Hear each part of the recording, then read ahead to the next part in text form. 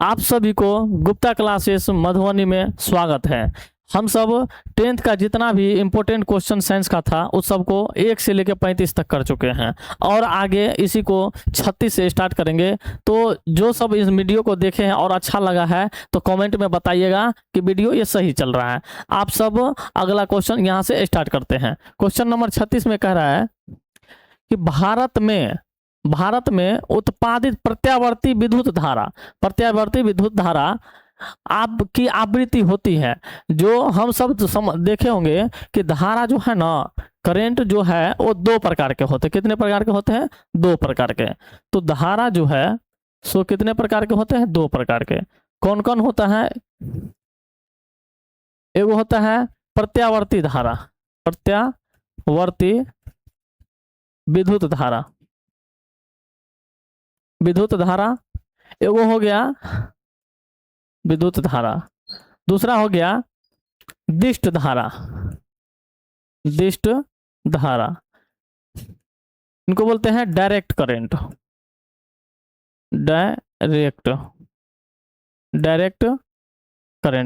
Electric हो गया। यहाँ पे विद्युत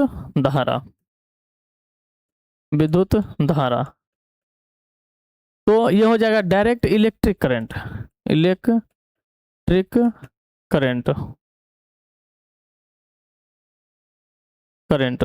ये हो जाएगा alternating electric current, alternating electric current.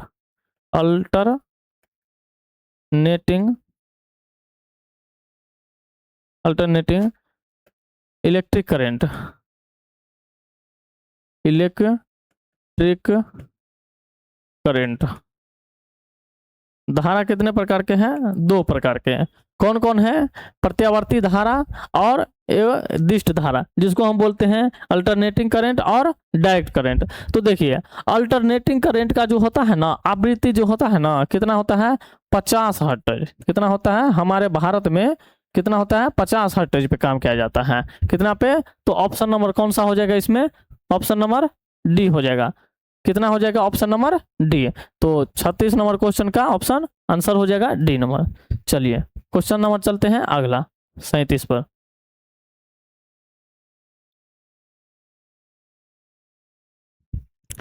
ये 37 नंबर क्वेश्चन है। 37 नंबर क्वेश्चन में बोल रहा है लंबाई बढ़ने से तार का प्रतिरोध क्या होता है?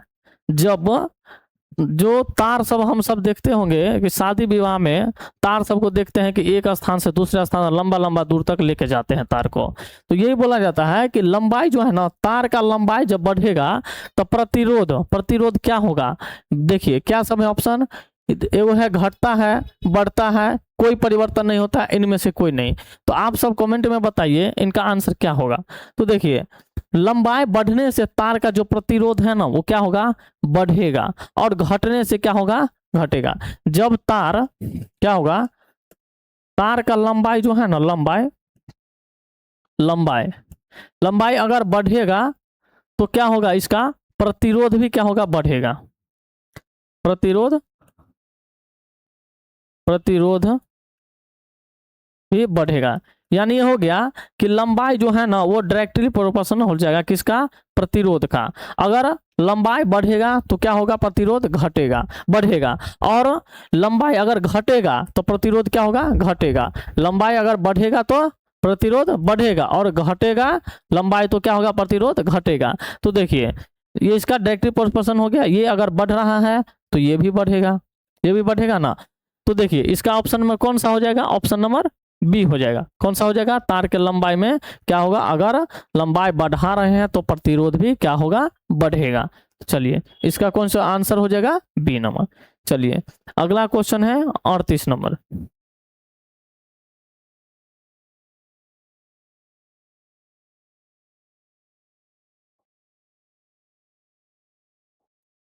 और 30 नंबर क्वेश्चन में है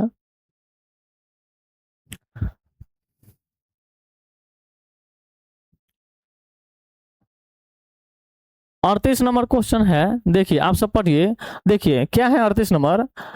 20 डिग्री सेल्सियस पर सिल्वर की विद्युत प्रतिरोधकता है 20 डिग्री सेल्सियस पर सभी का अपना क्या रहता है, एक टेम्परेचर पर अपना सबका मान होता है ना। तो देखिए जो विद्युत सिल्वर जो है ना, सिल्वर का जो कितना डिग्री सेल्सियस पर, 20 डिग्री सेल्सियस पर। तो ऑप्शन में क्या सब दिया है देखिए, एक 49 है, 49 गुने 10 के पावर माइनस 6 ओम मीटर। दूसरा है 1.60 गुने 10 के पावर माइनस 8 ओम मीटर। तीसरा है 10 के पावर 12 ओम मीटर। चौथा है 6.84 गुने 10 के पावर माइनस 8 ओम मीटर। तो देखिए 20 डिग्री सेल्सियस पर जो सिल्वर का विद्युत प्रतिरोधकता जो होता है ना, जो प्रतिरोधकता का हम कहने का यह है कि प्रतिरोध जो होगा ना, करंट जो सप्लाई करता है उसको रोकने की बात करता है, ठीक है ना। तो प्रतिरोधकता जो होता है इनका 20 डिग्री सेल्सियस पर सिल्वर का, 20 डिग्री सेल्सियस पर सिल्वर का जो प्रतिरोध है ना, सिल्वर का प्रतिरोधकता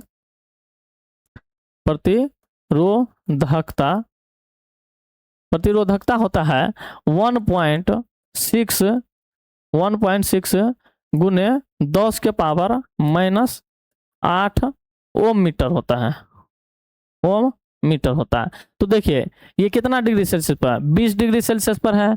अगर इसका टेम्परेचर बढ़ जाएगा तो इसका मान भी इसका बढ़ जाएगा, घट जाएगा। तो देखिए इसका कौन सा आंसर हो जाएगा, 38 का ऑप्शन नंबर बी हो जाएगा। तो आंसर नंबर क्या हो जाएगा, 20 डिग्री सेल्सियस पर विद्युत सिल्वर की विद्युत प्रतिरोधकता कितना हो जाएगा, 1.6 गुने 10 के पावर माइनस 8 ओम मीटर हो जाएगा। चलिए क्वेश्चन नंबर अगला हम लेके चलते हैं 39 नंबर।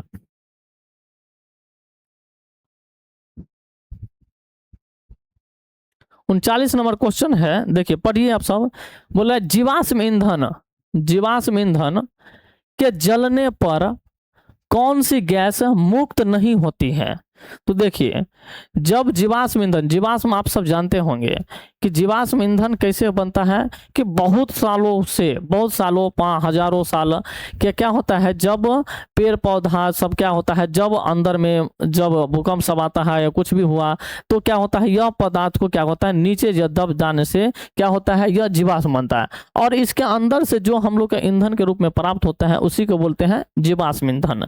तो ये नहीं है कि 10 साल 20 साल के अंदर में आप सबको जीवाश्म ईंधन का प्रयोग, ये इसके लिए कम से कम हजारों साल का लगता है, हजारों साल लगता है। वो सब क्या कहता है इस पे, जो जब जीवाश्म ईंधन जलेगा ना तो बोल रहा है कौन सा गैस क्या होगा, मुक्त नहीं होगा।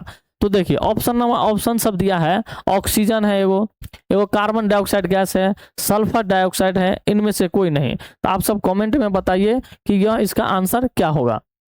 तो देखिए जब जीवाश्म ईंधन जब जलता है ना तो क्या होता है, इनमें कार्बन डाइऑक्साइड गैस मुक्त होता है, सल्फर डाइऑक्साइड भी मुक्त होता है, लेकिन ऑक्सीजन जो है ना वो मुक्त नहीं होता है। जो ऑक्सीजन जो होता है क्या होता है, मुक्त नहीं होता है। तो जीवाश्म ईंधन के जलने पर कौन सी गैस मुक्त नहीं होता है, तो ऑक्सीजन नहीं मुक्त होता है। तो 39 का कौन सा आंसर हो जाएगा, ऑक्सीजन गैस हो जाएगा। तो 39 का ऑप्शन नंबर ए सही हो जाएगा। तो चलिए आगे हम क्वेश्चन चलते हैं 40 नंबर। 40 नंबर क्वेश्चन चलते हैं। 40 नंबर क्वेश्चन है, निम्न में कौन बायोगैस का मुख्य अवयव है। अब बायोगैस आप सब जानते होंगे, बायोगैस का मुख्य अवयव कौन सब है। तो देखिए ऑप्शन में दे रखा है, हाइड्रोजन सल्फाइड है, एगो कौन है, हाइड्रोजन है, कार्बन डाइऑक्साइड है, मीथेन है। तो आप सब जानते होंगे बायोगैस का मेन मुख्य जो अवयव होता है ना वो मीथेन होता है। वो हम सब कहाँ से प्राप्त, जैसे आप सब पहले ना कम से कम 20 साल 25 साल पहले चल जाइए तो गांव सब में ये आप सबको बायोगैस मिलता होगा। ये बायोगैस बनाते कैसे थे कि जो गाय भैंस सब जो होता है ना उसका गोबर से उनका उपयोग करके बायोगैस का निर्माण होता है। तो गोबर सब में क्या निकलता है, मीथेन गैस निकलता है, वहीं से निकल बना है क्या, यह बायोगैस। तो ऑप्शन नंबर कौन हो जाएगा, डी। तो कौन सा गैस हो जाएगा, मुख्य अवयव कौन होगा, मीथेन होगा। कौन सा होगा, मीथेन। क्या होगा, मीथेन। इसको हम मीथेन पढ़ते हैं। यह एल्केन ग्रुप का है, किस ग्रुप का है, एल्केन का, एल्केन ग्रुप, एल्केन समूह का। इनका फॉर्मूला होता है एल्केन का CnH2n+2। 2। जब हम कार्बन की संख्या 1 रखेंगे तो देखिए अगर हम ये जो नेचुरल n है ना, नेचुरल है ना, नेचुरल नंबर 1 अगर रखते हैं तो कार्बन की संख्या 1 हो गया। अगर हाइड्रोजन n के जगह हम 1 रखेंगे तो 2 2 4 हो जाएगा। जब हम n के जगह 2 रखेंगे तो कितना होगा, कार्बन की संख्या कितना हो गया, 2 हो गया। हाइड्रोजन की संख्या कितना हो जाएगा, 6 हो जाएगा ना। तो इस तरीका से यह एल्केन ग्रुप है, एल्केन ग्रुप है। यह ये जो फॉर्मूला है CH4 वो किस चीज का है, मीथेन का। तो बायोगैस का मुख्य अवयव कौन सा है, मीथेन है। चलिए क्वेश्चन नंबर अगला हम चलते हैं 41 नंबर पे।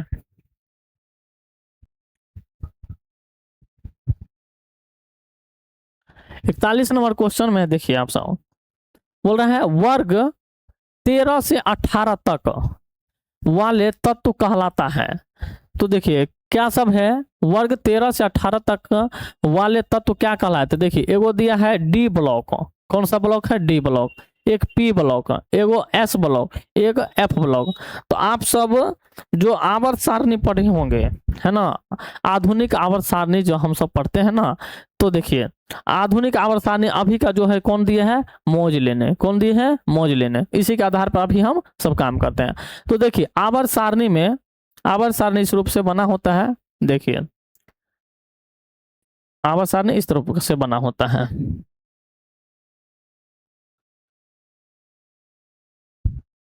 इस तरीका से बना होता है। आप सब देखे भी होंगे और समझते भी होंगे। तो देखिए ये हो गया, हाँ ये देख लीजिए इस तरीका से सबको बना रहता है। तो देखिए ये जो आप सबको दिख रहा है ना, तो देखिए ये इसमें कलर हम आपको चेंज करके दिखाते हैं। ये होता है एस ब्लॉक, ये कौन होता है, दोनों होता है एस ब्लॉक, एस ब्लॉक। जिसमें कहाँ से स्टार्ट होता है, यहाँ से हाइड्रोजन से, यहाँ से स्टार्ट होता है, यहाँ हाइड्रोजन रहता है ना, और यहाँ ऊपर में कौन रहता है, हीलियम रहता है। ठीक है, हीलियम रहता है। यह जो होता है एस ब्लॉक, ये जो होता है यहाँ से लेके यहाँ तक, ये होता है डी ब्लॉक, डी ब्लॉक। ये होता है P block, P block, P block होता है, पी ब्लॉक। और नीचे में आप सब देखे होंगे ये जो रहता है दो बना के रहता है, ग्रुप रहता है ना, इस तरीका से रहता है। ये हो गया आप सबको एफ ब्लॉक, कौन सा ब्लॉक हो गया, ये हो गया एफ ब्लॉक, एफ ब्लॉक। तो देखिए ये जो एस ब्लॉक है ना, एस ब्लॉक है, तो देखिए ये एस ब्लॉक 1 से लेके 2 तक रहता है, 1 से लेके ये 2 तक है ना। और यह यहाँ से लेके यहाँ तक जो रहता है ना, 3 से लेके 12 तक रहता है। कहाँ तक रहता है, 12 तक, 12 तक रहता है, 3 से 12 तक रहता है। लेकिन यहाँ से ये 13 से और ये 18 तक, कहाँ तक, 18 तक, ये कौन सा ब्लॉक में आता है, पी ब्लॉक में। तो देखिए ये कौन सा हो गया, 1 से 2 वाला में। तो देखिए इसमें कौन सा वर्ग दिया है, ये क्या होता है, ये होता है वर्ग। ये क्या होता है, जो लंबवत खड़ा होता है उसको हम बोलते हैं वर्ग। जो लंबवत, लंबवत जो रहता है उसको बोलते हैं वर्ग, है ना। और क्षैतिज में रहता है, क्षैतिज में, क्षैतिज उसको हम बोलते हैं आवर्त, तो क्या बोलते हैं, आवर्त। तो देखिए वर्ग कितने होते हैं, वर्ग तो होते हैं 18, कितने होते हैं, 18। आवर्त कितने होते हैं, आवर्त होते हैं 7, कितने होते हैं, 7। तो देखिए इसमें हमको पूछा गया 13 से लेके कहाँ तक, 18 तक। तो देखिए इसमें 13 से लेके, देखिए हम सब आपको बता दिए 13 से लेकर 18 तक कौन सा ब्लॉक है, पी ब्लॉक। तो डी ब्लॉक कहाँ से होता है, 3 से लेके 12 तक। तो ये होगा कहाँ से, 3 से 12 तक, 12 तक, कौन सा, वो 3 से लेके 12 तक, वर्ग 3 से 12 तक। पी ब्लॉक हो गया 13 से, वर्ग 13 से 18 तक, 18 तक। एस ब्लॉक हो गया, एस ब्लॉक, देखिए एस ब्लॉक हो गया कहाँ, 1 से लेके वर्ग 1 से 2 तक, 2 तक। और यह जो एफ ब्लॉक जो दिख रहा है ना, इसी का बीच में इससे भाग निकला रहता है, यहाँ से ये भाग निकला आता है, जिसको हम संक्रमण काल, संक्रमण बोलते हैं और असंक्रमण बोलते हैं, है ना। तो ये दोनों का लिखा है। तो आप देखिए कित कहाँ से कहाँ बोल रहे हैं, वर्ग 13 से लेकर 18 तक। तो इसका आंसर कौन हो जाएगा, ऑप्शन नंबर बी हो जाएगा। तो 41 क्वेश्चन नंबर 41 का कौन सा आंसर हो जाएगा? बी हो जाएगा। तो चलिए क्वेश्चन नंबर, अब हम अगला पे चलते हैं।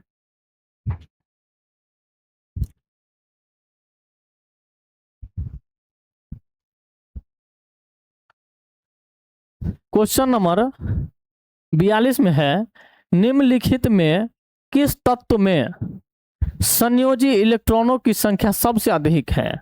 तो देखिए इलेक्ट्रॉनों की जो संयोजी इलेक्ट्रॉन है ना, किस में अधिक है? तो सबसे पहले इनका हम इलेक्ट्रॉनिक विन्यास करेंगे, इलेक्ट्रॉनिक विन्यास। तो देखिए एल्युमिनियम का कितना होता है? तो आप सबको हम कल भी बताए थे इलेक्ट्रॉनिक विन्यास किस तरीका से, ये एक KLMN पर हम कार्य करते हैं, जिनका फॉर्मूला होता है 2n² होता है ना। अगर हम नेचुरल n का मान अगर हम 1 रखते हैं, 2 रखते हैं, 3 रखते हैं, 4 रखते हैं, तो देखिए अगर हम 1 रखें तो k की जगह कितना हो जाएगा? 2 रखते हैं तो कितना हो जाएगा? 8, 3 रखते हैं तो कितना हो जाएगा? 18, अगर हम 4 रखते हैं तो कितना हो जाएगा? 32। इस पर काम करते हैं। तो ये इलेक्ट्रॉनिक विन्यास है। यह जो फुल फिल्ड हो जाता है ना, तो ये इनर्ट गैस के रूप में काम करने लगता है। तो देखिए एल्युमिनियम का एटॉमिक नंबर कितना होता है? 13। एल्युमिनियम का कितना होता है? 13। तो अब देखिए ये कितना हो गया? 2, 8 और ये 3। तो इसमें कितना इलेक्ट्रॉन है संयोजित? 3 का। कितना है? 3 है। चलिए देखिए ये फास्फोरस है, फास्फोरस है ना, फास्फोरस का कितना होता है? 15 है ना। इसका कितना हो गया? 2, 8 और यह 5 हो गया। सोडियम है, सोडियम का कितना होता है? 11। सोडियम 11। देखिए इसका कितना होगा? 2, 8, 1। अब सिलिकॉन है, सिलिकॉन कितना होता है? 14। सिलिकॉन कितना होता है? 14। सिलिकॉन का कितना होगा? 2, 8 और 4। तो इसमें देखिए सबसे बाह्यतम कक्षा में, बाहरी कक्षा में सबसे ज्यादा किसका है? तो किसका है सबसे ज्यादा? देखिए 3 है, 5 है, 1 है, 4। इसमें सबसे बड़ा कौन है? ये 5 है ना, 5। तो सबसे ज्यादा क्या हो जाएगा? इलेक्ट्रॉनिक जो होगा संयोजन साझा करने वाला, संयोजी इलेक्ट्रॉनों की संख्या सबसे अधिक किस में होगा? तो ये फास्फोरस में होगा। तो ऑप्शन कौन सा हो जाएगा? ऑप्शन नंबर बी हो जाएगा। कौन सा हो जाएगा? क्वेश्चन नंबर 42 का ऑप्शन कौन हो जाएगा? बी हो जाएगा। तो चलिए क्वेश्चन को हम आगे लेकर चलते हैं 43 पर।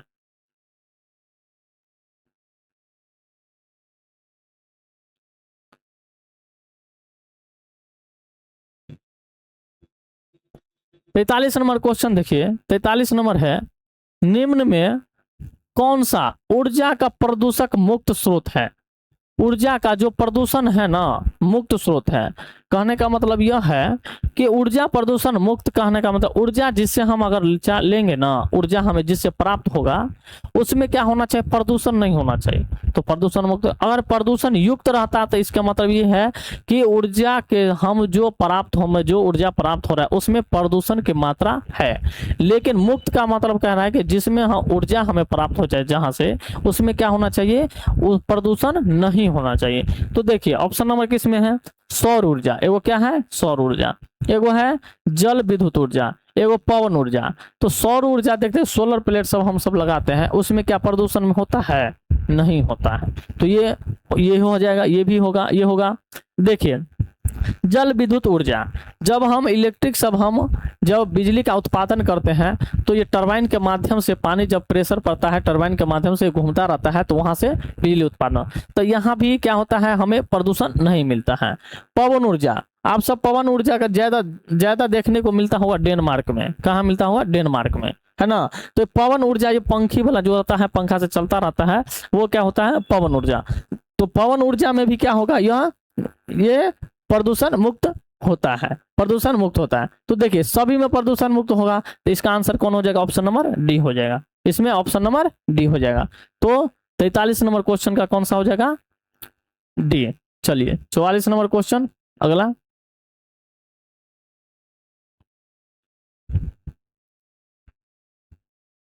चौवालीस नंबर क्वेश्चन कह रहा है, ओजोन परत के अक्षय नहीं होगा, अवक्षय होगा। अवक्षय है ना, क्या होगा? अवक्षय हुआ। ओजोन परत के अवक्षय के लिए निम्नांकित में कौन उत्तरदायी है? बोल रहा है ओजोन परत के अवक्षय जो होता है ना, जो ह्रास होता है, ओजोन परत जब ह्रास होता है तो उसका जिम्मेदार कौन है? तो आप सब देखिए कमेंट में बताइए, ऑप्शन नंबर सब दिया है, देखिए क्या है, सल्फर है, एगो कार्बन डाइऑक्साइड है, एगो कार्बन है, एगो क्लोरोफॉर्म है। तो अब इस चारों में से कौन सा आंसर सही होगा आप लोग बताइए। तो देखिए ओजोन परत के अवक्षय के लिए जो निम्नांकित में जो इसमें से जो ऑप्शन है उसके मुताबिक चलना है, कौन सा उत्तरदायी है। तो सल्फर जो है ना, सल्फर हमें यह ओजोन परत के लिए उत्तरदायी नहीं है, तो यह आंसर नहीं होगा, ये गलत हो जाएगा। कार्बन डाइऑक्साइड भी क्या है, वो ओजोन परत समता मंडल में नहीं रहता है, यह हम सबके क्षोभ मंडल में पाया जाता है, तो यहाँ भी नहीं होगा, ये भी नहीं होगा। कार्बन एक क्या है, एक धातु है, ये भी काम नहीं करेगा। ये क्लोरोफ्लोरोकार्बन जो है ना, क्लोरोफ्लोरोकार्बन, यह क्या करता है, ओजोन परत का अवक्षय में ये बहुत महत्वपूर्ण है, उसको ये जिम्मेदार है, बहुत बड़ा जिम्मेदारी है। वो क्लोरोफ्लोरोकार्बन जो है ना, ये ओजोन परत के अवक्षय को परत को कमजोर करने में, ह्रास करने में सबसे महत्वपूर्ण किसका है, क्लोरोफ्लोरोकार्बन का। तो 44 का आंसर कौन हो जाएगा, ऑप्शन नंबर डी हो जाएगा। चलिए क्वेश्चन नंबर 45 पे चलते हैं।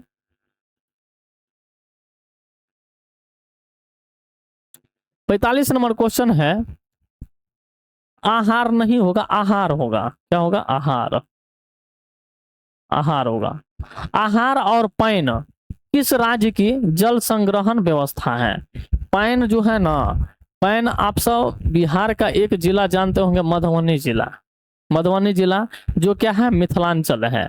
मिथिलांचल का जो है ना, मिथिलांचल में इस पैन जो है ना, ये क्या है, लोकल बोली है, लोकल बोली है। पैन जो है ना, जिसको हम पानी से बोलते हैं ना, इसका लोकल भाषा क्या है, उसको पानी को हम बोलते हैं पैन ना, लोकल भाषा है।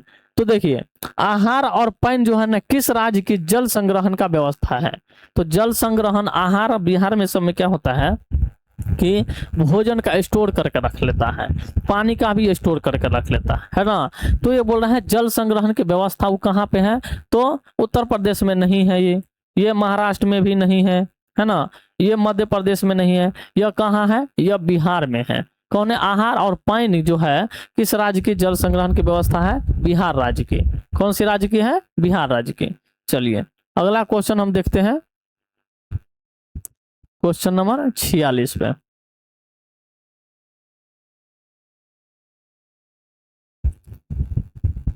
छियालीस नंबर क्वेश्चन है, निम्नांकित में कौन प्राकृतिक संसाधन है। प्राकृतिक संसाधन क्या किसको कहेंगे, जिसमें मनुष्य का जो है ना रोल नहीं रहता है, जो मनुष्य के द्वारा काम नहीं होता है, किसके द्वारा होता है, प्रकृति के द्वारा। किसके द्वारा, प्रकृति के द्वारा। तो इसमें देखिए क्या सब है ऑप्शन में, मृदा है, जल है, वायु है, इनमें से सभी है। तो बताइए मृदा जो जिसको बोलते हैं मिट्टी मनुष्य बनाते हैं, नहीं। जल मनुष्य बनाते हैं, नहीं। वायु कौन बनाते हैं, मनुष्य बनाते हैं, नहीं। ये सब किसका है, यह है प्राकृतिक संसाधन हम इसको बोलेंगे जो क्या होता है, जो हमारे जीवन के लिए काम में उपयोगी ला सकते हैं, है ना, उपयोगी कर सकते हैं, जो उसी को हम क्या बोलते हैं, संसाधन। तो संसाधन देखिए मिट्टी का हम उपयोग करते हैं, ये भी ये संसाधन है, वो भी क्या है, प्राकृतिक है। जल हम अपने जीवन का महत्वपूर्ण मानते हैं, तो आप सब एक कहावत सुनेंगे, जल ही जीवन है, जल के बिना जीवन थोड़ा अधूरा है ना। तो जल ही जीवन है, तो जल क्या है, ये भी एक संसाधन है ना। वायु क्या है, जिससे हम वायु क्या है, यह भी एक संसाधन है, हम ऑक्सीजन लेते हैं, कार्बन डाइऑक्साइड सब आते हैं, पेड़ पौधों को मिलता है ना। तो ये सब क्या है, यह भी एक क्या है, संसाधन है। इनमें से क्या हो जाएगा, इनमें से सभी हो जाएगा। तो प्राकृतिक संसाधन इनमें से कौन है, यह तीनों है। तो आंसर, इसका आंसर कौन हो जाएगा, ऑप्शन नंबर डी हो जाएगा। चलिए क्वेश्चन नंबर चलते हैं हम फिर आगे।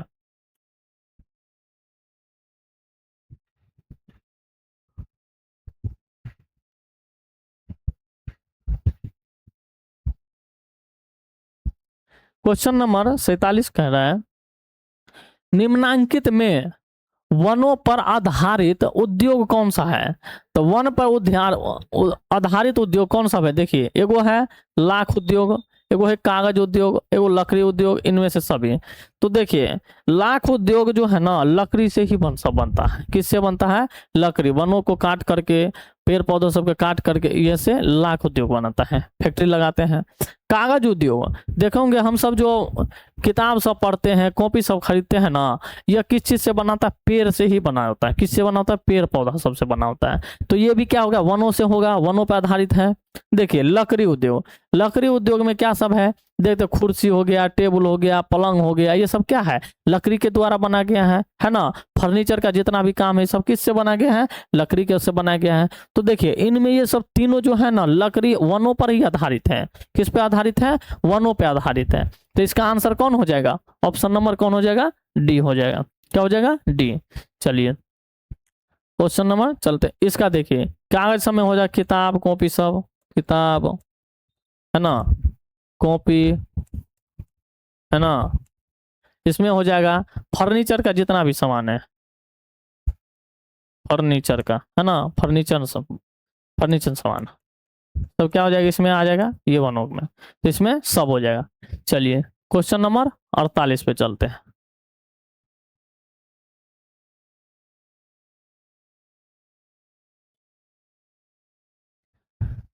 देखिए क्वेश्चन नंबर 48 है, हमें किसके उचित मात्रा में आयोडीन प्राप्त हो सकता है? आयोडीन हम सबको, आप सब जानते होंगे आयोडीन हमें कहाँ से मिलता है?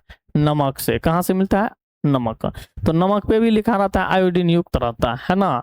तो देखिए चावल, देखिए ऑप्शन में इसमें क्या है? चावल है। चावल में हमें आयोडीन मिलता है? नहीं मिलता है, तो ये होगा आंसर, नहीं होगा। नमक में मिलता है? नमक में मिलता है। चीनी में मिलता है? चीनी में शुगर की मात्रा होता है ना। किस चीज का होता है? शुगर के, जिसमें कार्बन रहता है, ऑक्सीजन रहता है, हाइड्रोजन रहता है ना। नमक में क्या सब रहता है? नमक का फॉर्मूला क्या होता है? साधारण नमक का फॉर्मूला देखिए, साधारण नमक,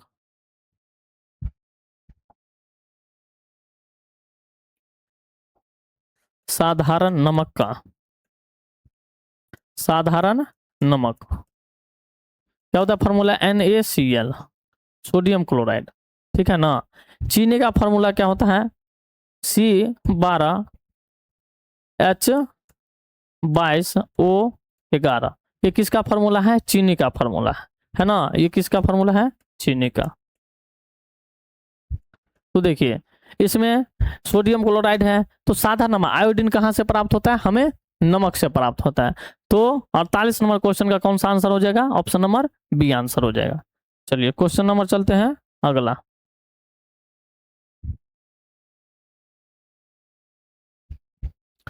क्वेश्चन नंबर 49 में कह रहा है, देखिए निम्न में से कौन मनुष्य के आहार नाल में एक अवशेषी अंग है? तो देखिए मनुष्य के आहार नाल जो है ना, आहार नाल जो पूरा आहार नाल की लंबाई जो है सो कितना है? 9 से 10 मीटर। कितना है? 9 से 10 मीटर। मनुष्य के आहार नालों की लंबाई जो है, मनुष्यों की आहार नाल की लंबाई, आहार नाल की लंबाई, लंबाई कितना है? 9 से 10 मीटर टोटल है ना, 9 से 10 मीटर। तो देखिए इसमें इसका अंग कौन सब है? अंग, अंग कौन सब है वो देखिए। अंग सब हो गया, एगो मुख हो गया, जिसको मुख गुहा बोलते हैं, मुख हो गया।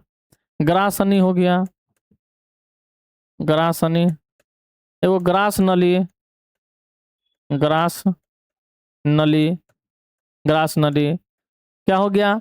ये ग्रास नली। इसके बाद हो गया आमाशय, आमाशय, एगो हो गया छोटी आंत,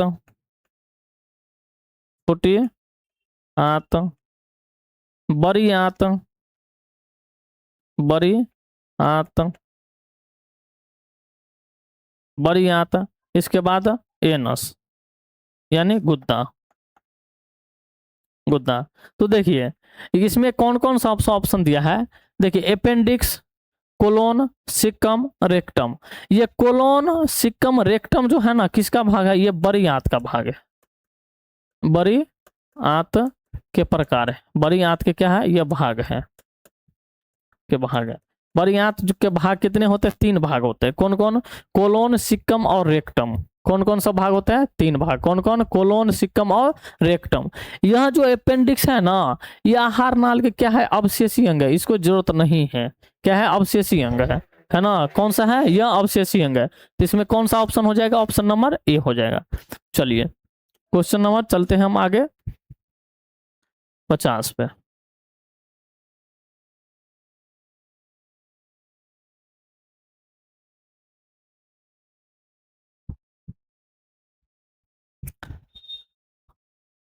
पचास नंबर क्वेश्चन है, देखिए 50 नंबर क्वेश्चन है, शाकाहारी जीवों में छोटी आंत की लंबाई होती है। तो देखिए शाकाहारी में जो है ना, शाकाहारी में जो छोटी आंत की जो लंबाई होता है ना बहुत बड़ा होता है, मांसाहारी में कम होता है, छोटा होता है, लेकिन सर्वाहारी में मीडियम होता है। कौन सा होता है, मीडियम होता है। तो देखिए शाकाहारी में, शाकाहारी का जो छोटी आंत होता है ना, शाकाहारी